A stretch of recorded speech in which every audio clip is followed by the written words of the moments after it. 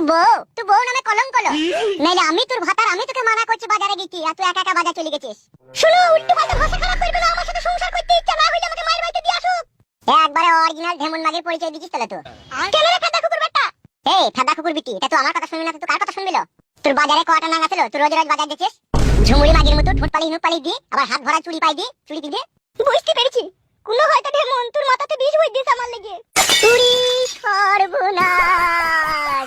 ওই জন্য বলে মেয়েদের 18টা কলা রে। বাপ ভাতারি, ভাই ভাতারি, চাচা ভাতারি, তুই নিজের কলঙ্কের বোঝা তো আমার ঘরে চাপিয়ে দিছিস। তুই তো বাজারে গিয়ে প্রেম করছিস, যে সেই প্রেমের বোঝা উল্টে আমার ঘরে চাপিয়ে দিছিস।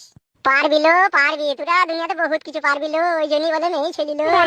পুরুষ মানুষ যেইটার জন্য পাগল, সেইটা তোদের ঢাকা থাকে 3খানা কাপড় দিয়ে, তারপরেও পুরুষ পাগল হয়ে যায়। ওই জন্যই বলে মেয়ে ছেলিল। পারবি লো, পারবি, তোরা বহুত কিছু পারবি লো। এ ফিদা কুকুর বেটা, কোন ঢেমন তোর মাথায় বিষ ভরল রে আমার লাগি? উড়ি বাবা লো, শুকনো বাজ ফেলে দিছিস তো মাথায় আমার কলাম করি।